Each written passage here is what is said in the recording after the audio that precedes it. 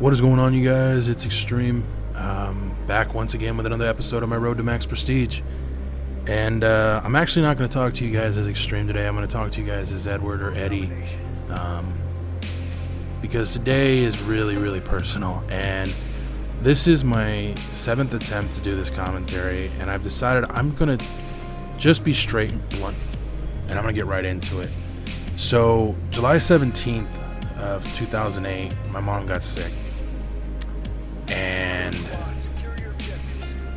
I don't know what caused it. Officially, we don't have an answer, even though my brother Eric believes wholeheartedly that it was a stroke, even though the doctors never officially were able to determine what caused my mom to get sick.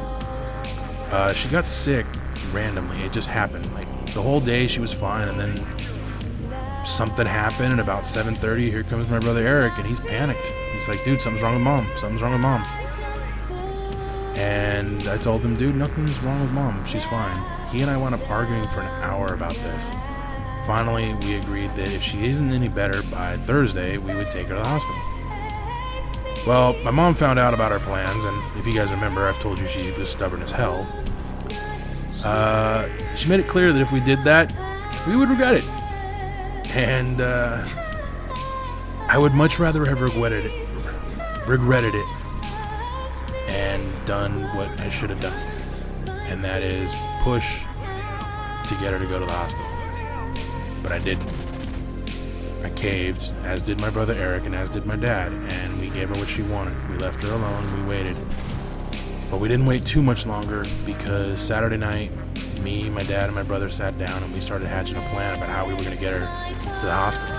We started looking at things and trying to figure out how we could get her in the car and all that stuff. And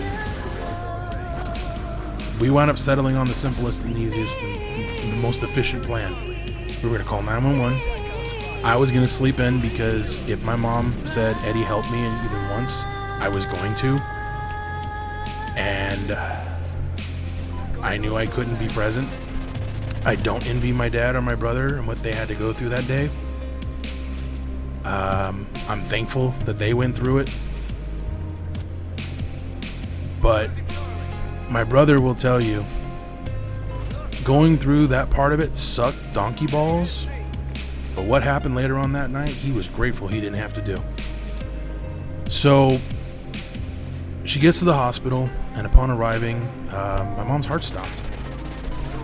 And they were able to resuscitate her, and she slipped into a coma. So they started running tests, and in the course of running the tests, they tell my dad and my brother that the chances of her coming through this were slim and none, and that if she did, she would probably be brain dead, if not close to it.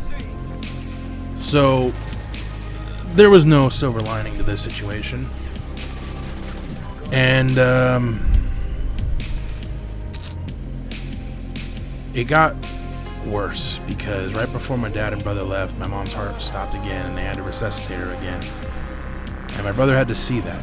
And I don't envy my brother for seeing that. I'm grateful I didn't have to see it, because that would have fucked with me in ways I can't even imagine.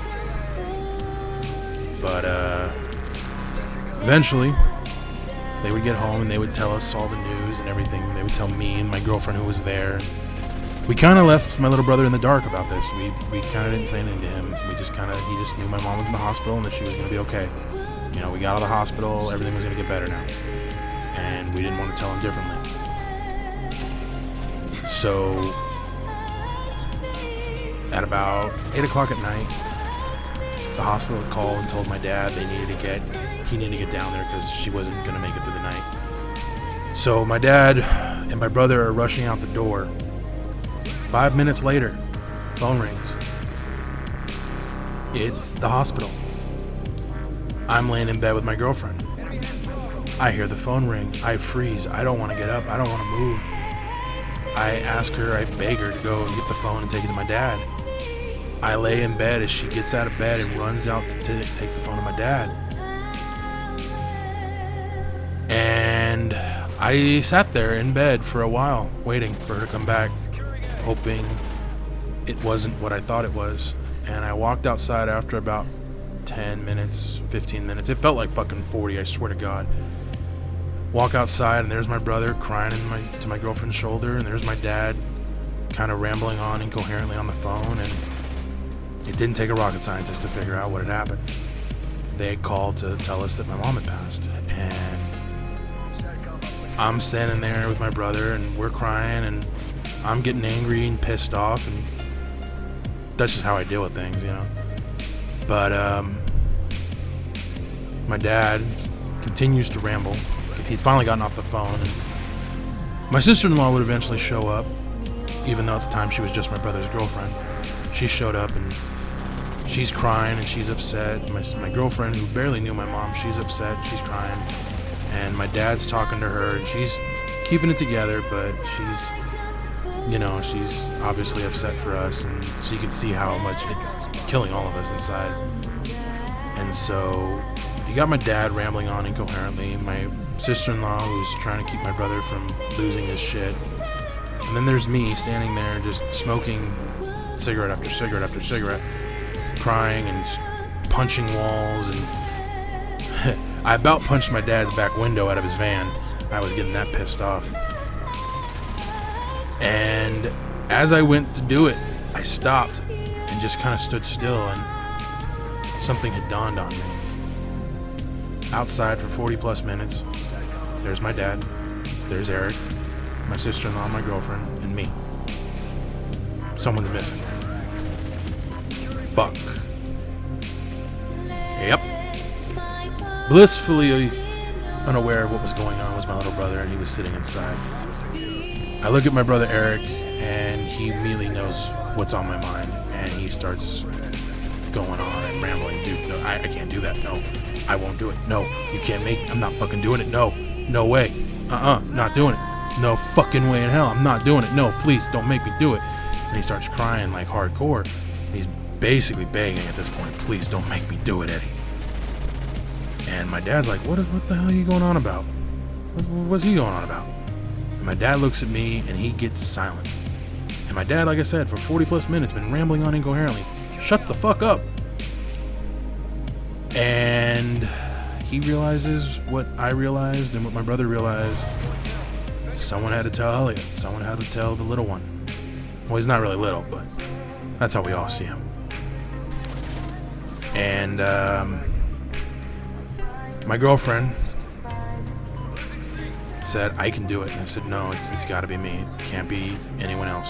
Not even Eric or my dad. It's got to be me. So I walk out. After I finish my cigarette, I walk back inside, and I tell him. And I would tell you guys what I said, but I talked to him about it before I did this video, and he would prefer I keep what I said between he and I, and I'm going to respectfully do that. But that was the hardest part of that night, and that was the hardest thing I've ever had to do in my life, was tell my little brother my mom passed away. I don't envy anyone who's ever had to do that or will ever have to do that, and I had to do it. So I know how hard that is, but it was a million times harder than I thought it was going to be. And I never want to do that again. I really don't. But that night, after everything calmed down and everyone had gone inside, I went with my girlfriend. We went for a drive, and we drove around for about 2 hours. Got home after we stopped to get something to eat, sat down, went to bed. Next morning, she didn't stick around. She took off. And I went in my room after she was gone. Everyone else was still asleep. I got on my hands and knees. I said a couple words that I won't be sharing publicly. And wiped away the last few tears I was going to show for a while. And said, all right, I gotta go check on the monkeys. And from that day forward, I have done everything I can to keep an eye on my dad and my brothers, like my mom wanted me to. And I will continue to do that until the day I am no longer allowed to, because somebody on high said, nope, you're coming with me. But until that day comes, that's the job I have, and I don't get paid for it. It sucks balls. but I love my brothers and I love my dad. And since then, my brother has been kind enough to add 4 other individuals to that list, but I wouldn't have it any other way. Thank you guys for joining me. I will not be back again tomorrow. I will be back on Tuesday, and we will have a lot of fun in that episode, so I hope you guys will tune in for that one. But thank you guys for joining me, and I will see you guys again very, very soon. Until next time, adios.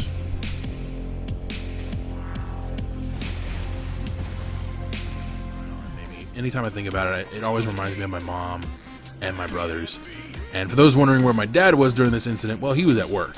So, and me and my brother were also off that day, so we were like, thank God we could take a shower and not have to try and pull some shenanigans to go take a shower at a local pool or something like that. We literally were trying to find every easy, simple way to stay clean and stay, keep our clothes clean, stuff like that. It was a really shitty summer, but that's not the story I want to tell you guys today.